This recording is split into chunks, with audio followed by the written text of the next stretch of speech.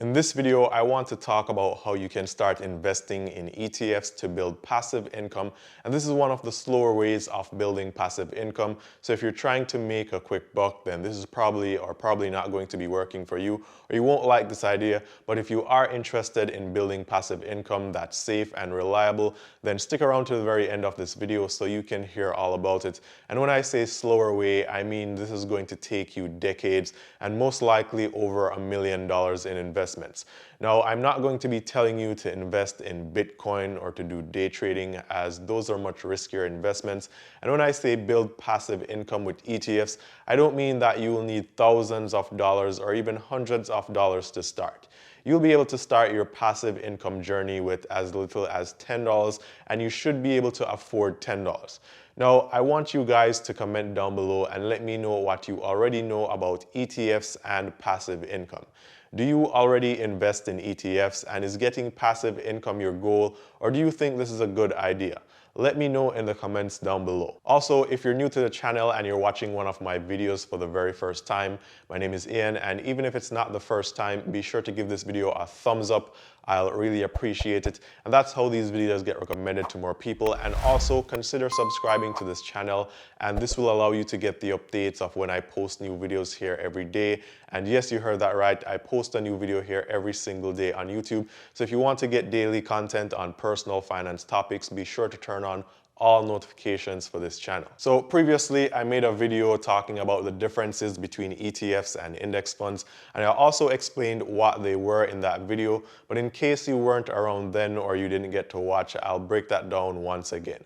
So first of all, an ETF is an exchange traded fund, or that's what ETF stands for. So the ETF is a pool or a fund that has multiple stocks and bonds. And the reason ETFs are used is because they're much less risky. So you could go and purchase shares in 10 stocks you love, and each would account for 10% of your portfolio. Now, although this is unlikely, if one stock gets completely wiped out, you would lose 10% of that portfolio. And if all stocks suffered a 50% loss combined, then you would lose 50% of your portfolio. Now, with ETFs, that isn't likely to happen because ETFs have a lot of stocks and bonds in the fund, and that makes it a safer investment. So when you think about retirement savings or investments, for example, most will be in ETFs and bonds because the risk is very, very low. And because the risk is very low, we can estimate what the future earnings are if you invest in these ETFs. Now, there are also a couple reasons why you would want to use an ETF, especially for a retirement investment. So let's say you max out your 401k and you still want to invest more into retirement, or you make more than 6 figures per year, $133,000 to be exact, and you aren't able to invest in a Roth IRA because of the limitations. Then you could invest in a traditional IRA, but the limit is only $6,000 per year, I think right now. So if you wanted to retire early or to dump a lot of money into retirement investments, an ETF would be the next best investment option. So if you decide to use ETFs for passive income or for retirement, you should figure out where you want to be at first. How much money you want to earn in passive income from these ETFs per year. Now, for most part, people following the FIRE movement, which stands for Financial Independence, Retire Early, that number is anywhere above $1 million. So if you have $1 million invested and your investments grow by 7 to 8% each year, which is average, you should be able to withdraw 4% of that each year and still be able to pay taxes without hurting the principal investment. So in that case, you would be able to pay yourself $40,000 every single year and not ever run out of money. Now, if you want more than $40K per year, then you can invest more. So by now, you should have an idea of what an ETF is and what it can do for you. And if you want exact numbers, I'll leave a link down below to an investment calculator where you can enter the amount you want to start investing with, the expected annual return rate, and how much money or how much your money will grow to be. And you can also use this to figure out how much money you should be investing to be able to get to your FIRE number. So be sure to check that link down below in the description. Now guys, it's 2020, and before you would have had to go to a brokerage like, let's say Merrill Lynch. And by the way, I have nothing against them, but in 2020, you don't have to do that. You can simply download an app on the very same smartphone that you're watching this video on right now and choose an ETF and start investing with as little as $10. So you have apps like Robinhood, Acorns, M1 Finance, WEBULL, Wealthfront, and many others that will allow you to invest in ETFs. And even if the ETF costs more than $10, M1, for example, will allow you to buy fractional shares so you can purchase a small amount regularly and there's no restriction.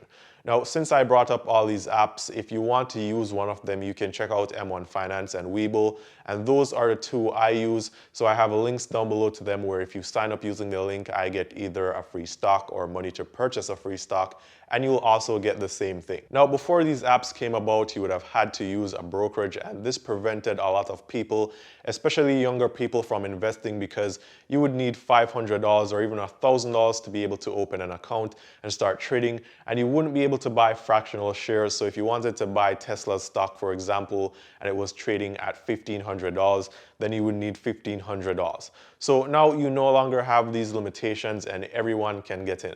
Acorns, which I mentioned before, also has a cool feature where it rounds up your purchases to the nearest dollar and automatically invests the difference for you.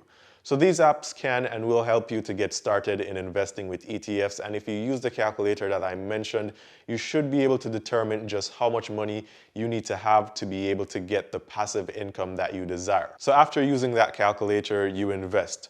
Now, your options for passive income investing are many. You have ETFs that will pay you dividends quarterly and some that will pay you monthly. And to me, it doesn't really matter because at the end of the year, you'll still have all your dividend payments. Now, ETFs that pay dividends are the ones that you want to be investing in for passive income because that way you never have to withdraw from the actual investments. And remember, if you do that, you'll have to pay taxes on it, so it's best this way. Now, there are a couple popular ETFs and you should look out for the low-cost ETFs as well. Vanguard has a couple of them. They have the S&P 500 tracker, which goes by ticker symbol VOO or VOO, and that one pays dividends every quarter, and you can easily find the past performance of this ETF, which will help you to understand how it's expected to perform moving forward. Now, if you want monthly dividends, then you can look out for other ETFs such as for example, Wisdom Tree Midcap Dividend Fund, which goes by ticker symbol DON or DON, and there are many, many more. Now, in the case of the Vanguard ETF, it pays or yields about 1.73% in dividends, and the cost of the ETF is around $311 right now, so that works out to be about $5 every 3 months, and of course, that's not a lot of money, but if you had 1,000 shares, which is doable over time, then that would be $5,000 and not $5, so be sure to also look at the dividend yield of these ETFs that you want to invest in for passive income. Also, remember that you won't be actually saving all this money. It will compound, so you won't actually contribute $1 million to your investments to get to $1 million invested. So if you invested $250 every week for 30 years at a 7% annual return with dividends reinvested, you would have over $1 million at the end, and your contributions over those 30 years would only be around $350,000. The remaining $800,000 would be from appreciation and compounding.